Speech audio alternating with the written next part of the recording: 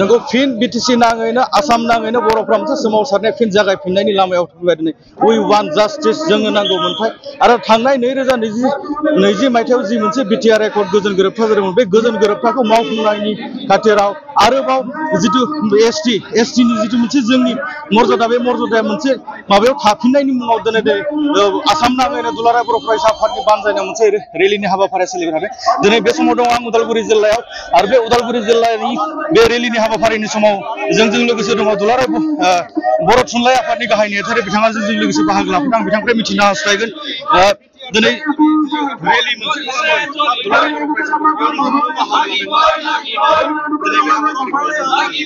दिनै बेवहाय आंल' नङा दुलाराय बर' थुनलाइ आफाद हिसाबै जों बेवहाय बाहागो लादों मानोना दिनै जोंनि आसामाव थानाय जेनोखि थागिबि गाहायै जोंनि मोनजिब्रै जेनोखि हारिफ्रा एसटि जानानै दङ बिसोरनि हा हु बिथांमोननि मोनथाय दिनै बेखौ गुबुन आरोबाव मोनद' हारिफोरनो एसटि होनानै बिसोरो माने गावसोरखौ एसटि होनांगौ होननानै बुंबाय थादों दा बेलायाव जोंनि खोथाया स्पष्ट जे आसाम सरकारा बे मोनद' हारिफोरनो माबोरैहाय एसटि होयो जोंहा बुंनांगौ जेबो गैया नाथाय जोंनि थाखानाय जेनोखि जोंनि खथा जेनोखि जोंनि माखासे सुबिदाफोर दङ बेवहाय खानाय दोंसेबो जाहाथे खहा जाया बे बेलायाव सरकारा नोजोर होनांगौ आरो बेनि थाखाय आसाम सरकारनि गिबि मन्थ्रि बिथाङा बांसिन दायित्व दङ मानोना बिथाङा दिनै स्पष्ट बुंबाय जे बे मोनद' हारिफोरनि एसटि दाबि खालामनायाव बिजेपिआ पुरा सापर्ट दङ आसाम गभर्नमेन्टआ सापर्ट दङ दा बेखायनो जोङो खावलायगोन आसाम सरकारखौ जे बे बेलायाव आसाम सरकारा बिदि बुंबाल' जानाय नङा बिथांमोनहा दायित्व दङ जोंनि जेनोखि मोनजिब्रै जेनोखि एसटि हारिफोर दङ आसामनि थागिबि मानसि बिथांमोननि मोनथायनि बेलायाव जाहाथे जेबो खहा जाया बेखौ जों दाबि खालामो आरो बेजों लोगोसे दुलाराय बर' फरायसा आफाद एनडिएफबि आसाम सरकार भारत सरकारनि जे मोनसे 2020 मायथाइनि 27 जानुवारियाव जि सुक्ति जाबाय बिटिआर गोरोबथा बेखौ जाहाथे मोनफ्रोमबो दफाखौ मोजां मावफुङो बेखौ जों दाबि खालामदों आरो बियो जाफुंथारनांगौ मानोना बियो भारतनि गाहाय मन्थ्रिनि गनायथि दङ भारतनि नखर मन्थ्रिया सुक्ति खालामदों दिनै बेखौ आसाम सरकारानो होन दिल्लीयानो होन गोसो जानानै माखासेखौ मावफुङाखै बेखौ बिथांमोना मावफुंनांगौ बेखौ जों दाबि खालामो ट्राइबेल संघनि गेदेमा दैदेनगिरि बिथांनि सायाव गोबां ट्राइबेल संघखौ होबथानायनि सायाव बेनि सायाव गोबां आदित्य काकानि बिथाङा हारसिङै नङा बिथाङा जि बुंदों जोंनि एसटिफोरनि जानानै बाथ्राखौ बुंबाय थादों आरो बिथांखौ सेफगार्ड होनाया जोंनि दायित्व आरो बिथाङा मालाबा समाव मोननै माने बिथांनि जेनोखि स्टेन्ड बेसो दोननो नागिरदों जों खावलायगोन बिथाङा स्टेन्डआव थानांगौ बिथाङा जेबो गिनाङा बयबो एसटिफ्रा बिथांजों लोगोसे दंखायो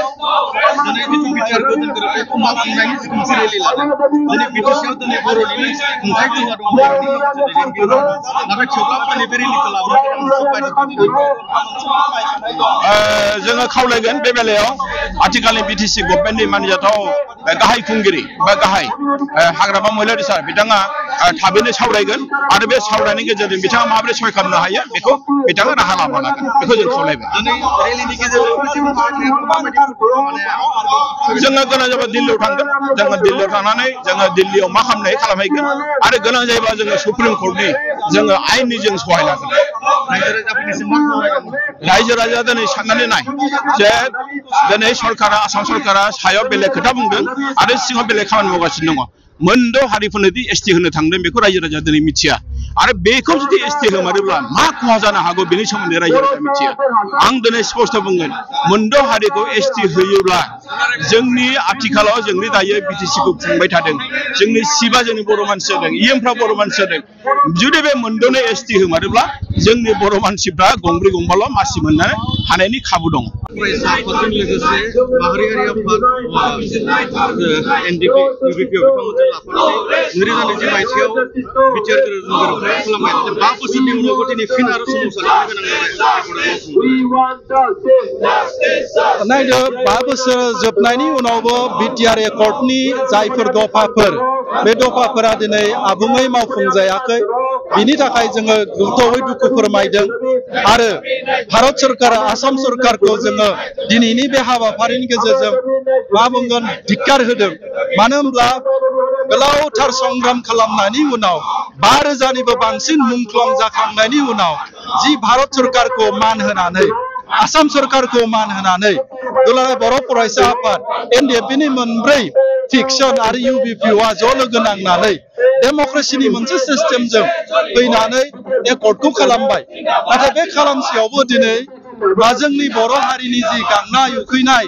बे गांनाय उखैनायखौ बिटिआर एकर्डनि गेजेरजों एसेब्लाबो सुफुंजोबनो थाखाय जिखिनि राहा दङमोन, जेरै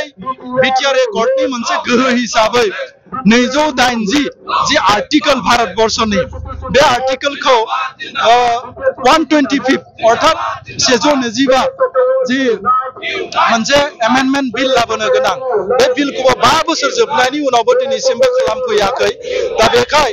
जोङो दुखु फोरमायदों फैबाय थानाय समाव डिसेम्बर मासाव जानो गोनां जि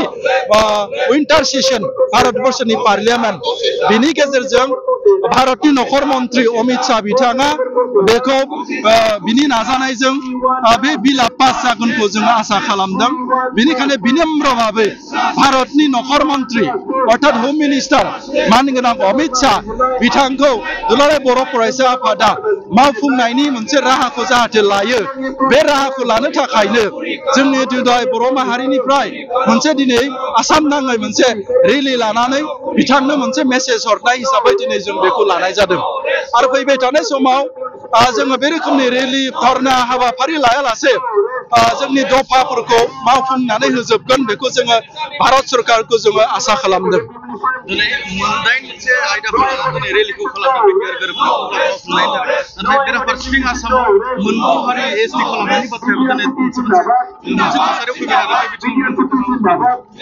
नायदो दुलाराय बर' फरायसा आफादा मोनसे खामानिखौ फोजोबनो थाखाय नारा नाथा नाजादों। बेनो जाहैबाय बिटिआर एकर्डनि जायफोर दफा बे दफाफोरखौ जाफुंहोथारनांगौ। नाथाय बेखौ मोनसे डाइभार्ट खालामनो थाखाय डाइल्युट खालामनो थाखाय आसामनि CM मानगोनां डक्टर हिमन्त बिश्व शर्माया दिनै इलेक्शननि मोनसे बेनिफिट बेखौ लानो थाखाय बिथाङा दिनै आसामनि गुबुन गुबुन जाथि हारिफोर जायफ्रा ST बिदों बिथांमोनखौ ST होनाय जागोन होननानै बिथांमोना दिनै फोसावबाय थादों। बिनि गेजेरजों जोंनि जि मोननो गोनां अधिकार बेखौ डाइल्युट खालामनायनि मोनसे इसारा बायदि जों नुदों। मानो होनबा दुलाराय बर' फरायसा आफादा आगोलावनो बुंदों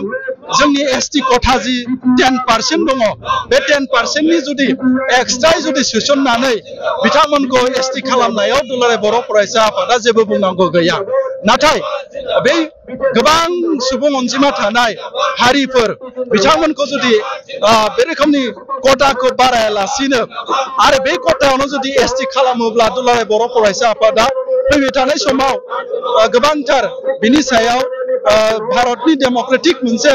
जे हादोर बेयाव जोङो जेरैबायदि सोमावसारनांगौ बेबायदि सोमावसारनो थाखाय दुलाराय बर' फरायसा आफादा खालामदों। 280 आर्टिकलनि 125 एमेन्डमेन्ट बिलखौ पास खालामनो थाखाय पार्लियामेन्टआव लाबोनो थाखाय दिल्लीयाव मोनसे हाबाफारि नंगौ दिनै जोंनि रायजोआवनो बिटिआर ओनसोलाव बा आसामाव जोङो बिनिफ्राय गेजेरजों थानानैनो भारतनि होम मिनिस्टार भारतनि गाहाय मिनिस्टार अर्थात नरेन्द्र मदि बिथांमोननो जों मेसेजखौ हरग्रोदों। फैबाय थानाय नभेम्बरनि 2025 मायथाइनि नभेम्बर दाननि 20 आरो 21 बे एकर्ड इमप्लिमेन्टेसननि थाखायनो जिखिनि मावफुंनांगौ बेखौ जाफुंसार होनांगौ बेखौ लानानै दिल्लीयाव भारतबर्षनि माने राजथावनि बे दिल्लीयाव नर्थ इस्टनि गोबांथार 6 दिल्ली ओनसोलनिफ्राय बाहागो लाहैगोन। मानो होनब्ला दिल्लीयाव थांनानै होम मिनिस्टार आरो गाहाय माने मन्त्रि बिथांमोनखौ रोखायै आरोबाव फोरमायहैनो थाखाय बे हाबाफारिखौ लाबावनाय जादों। नंगौ दिनैनि जिथु रेलि बे रेलिनि गेजेरजों फोरमायबाय बिथांमोना आसाम सरकार भारत सरकार आरो BTC सरकारनो फोरमायदों जे बिटिआर गोरोबथानि जि दफाफोर बे दफाफोरखौ मावफुंनायनि बाथ्रा बिथांमोना बे हाबाफारिखौ लादों आरो बे हाबाफारिनि गेजेरजों स्ट्रं मोनसे मेसेज होनो नागिरदों आसाम सरकार आरो भारत सरकारनो जे